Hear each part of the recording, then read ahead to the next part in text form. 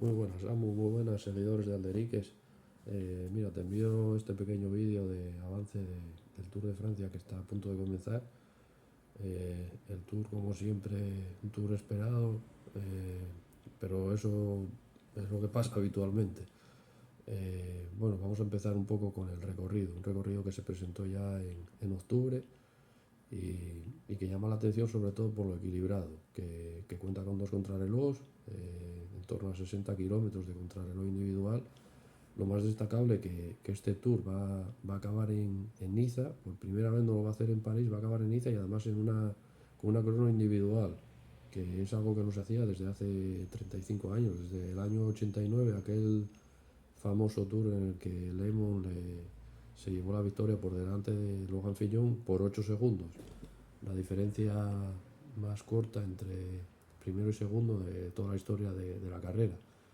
Eh, es un tour, ya digo, que muy equilibrado. Va a partir de Italia, de Florencia, y lo va a hacer con varias etapas quebradas. Una primera etapa ya de más de 200 kilómetros con varias subidas, que va a marcar esas primeras diferencias. Va a ser un tour en el arranque muy parecido al que tuvimos el año pasado en Euskadi, con esas etapas ahí con bastantes subidas, quebradas. Luego la segunda también con una etapa con varios muros más cortos, pero con mucha pendiente. Y en esa primera parte del tour, lo destacable es la montaña, que vamos a tener ya la cuarta etapa, con la llegada a Valuar, allá donde ganó Quintana en el 2019, y el paso por el Galibier, además de Sestriers y Montgenèvre, que ya es una etapa ya de 4.000 metros, que en estas primeras etapas puede sentenciar. Vamos a ver si aquí Pogacar, que es una parte de lo que luego vamos a hablar de los favoritos, vamos a ver si aquí ya empieza a dar una estocada como ya hicieron en el Giro en las primeras jornadas. Eh, Luego tendríamos una contrarreloj en la séptima etapa, una crono ya de 25 kilómetros, que no es una distancia sideral, pero que sí destaca que eso, que el Tour este año trata de tener un equilibrio en el recorrido. Y luego la etapa de Troyes, que es una etapa de este rato, de lo que denominan en Francia carreteras blancas, que eso cerraría ese primer bloque de etapas del Tour. Porque ya en el segundo es donde vamos a tener ya la montaña, la alta montaña, que va a estar sobre todo concentrada sobre todo en la última semana, cuando se concentra esos Pirineos y Alpes. En los Pirineos se llega a San Lary-Soulan, que es una llegada que no se hace desde hace 10 años. En los últimos tiempos se llegaba al Col de Porté a más de 2.000 metros, pero en esta ocasión una manera de homenajear a los 50 años de esa primera meta en San Lary-Soulan, en Pla d'Adet, pues se va a llegar a eso, a Pla d'Adet, esta victoria de Pulidor en el 74, y es una llegada ya muy dura, de 10 kilómetros a un 8%, y luego al día siguiente tendríamos la gran etapa pirenaica, con más de 200 kilómetros y la llegada a Plató de Beil. Eso cierra la segunda semana de carrera y ya para concentrarlo ya todo al final y las etapas de los Alpes. ¿Qué destacaría de los Alpes? Pues sobre todo la etapa reina de la carrera, que para mí es sin ninguna duda la de Isola 2000.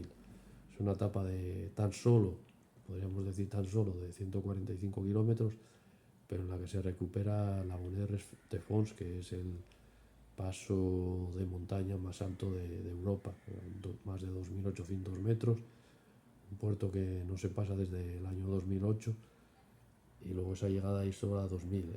Es una etapa muy parecida a la de la que tuvo lugar en el año 93. Lo que pasa es que en aquella ocasión se subían 4 puertos por encima de los 2.000 metros.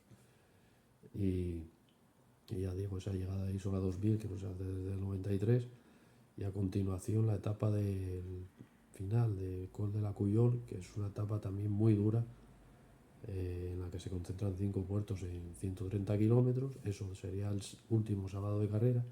Y al día siguiente la crono de Niza, una crono durísima de 35 kilómetros, que vamos a ver si es decisiva para la general o si ya todo está sentenciado, que podría ocurrir, visto lo que ha sucedido en los últimos tiempos con el dominio de Vingegaard. He dicho esto de Vingegaard, vamos a hablar un poco de los favoritos. Favoritos, hay uno por encima de todos que sería Pogacar. Pogacar viene de una primera parte, de unos primeros meses de temporada más relajados, no como el 2023, donde empezó a competir ya en febrero en el o Gran Camino. Sin embargo, se ha tomado una primera parte un poco más, no relajada del todo, pero sí no centrándose tanto en las clásicas de primavera, ya más en Lieja y luego en ese Giro espectacular en el que arrasó completamente.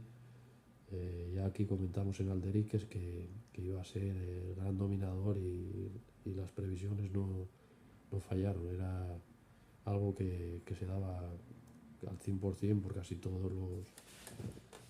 toda la gente que hablamos de ciclismo. Luego tendríamos a Vingegaard.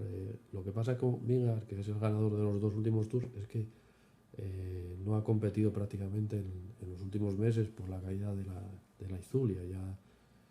Eh, y es ahí donde surge la duda en su duelo con Pogacar. Pogacar que ha dominado la carrera, que ha dominado estas últimas carreras, esa victoria en Lieja, esa victoria en el Giro. Sin embargo, Vingegaard es una incógnita. Tenemos la imagen del Vingegaard de estas dos últimas victorias, pero no sabemos si le va a pasar factura estos meses de inactividad. Y también viene el Bisma con su gran gregario, que es sin ninguna duda Wout van Aert, que es el corredor que ha marcado diferencia, sobre todo en el Tour del 2022. Un corredor, un todoterreno que marca las diferencias, una auténtica locomotora. Y luego ya en un segundo bloque de favoritos yo pondría, y máximo favorito a entrar en el podio, yo creo que tendríamos a Carlos Rodríguez de Lineos, corredor ya que tuvo una participación muy destacada el año pasado con esa victoria en la etapa de Just Plain y que plantó cara a los dos grandes favoritos, los grandes dominadores del Tour, a Pogacar y a Vingegaard en aquella etapa. Y una excelente clasificación general. Yo creo que este año va a dar un salto en la general y apuesto a que va a estar en el tercero e incluso me atrevería que puede subir algún peldaño más en la general. Vamos a ver. Y luego tendríamos a resto, Geraint Thomas, Primo Roglic. Pasa que con Roglic yo creo que ya tuvo su ocasión en el 2000 y no sé si a la edad y ya los años buenos de Roglic, yo no sé si ya me han pasado. Tendríamos a Renko, a Benepool, pero yo creo que Benepool esta carrera le viene muy grande, sobre todo con estos dos grandes dominadores. Otra cosa sería que no estuviera ni Pogacar ni Vingegaard, pero eso ya sería casi utópico, ¿no?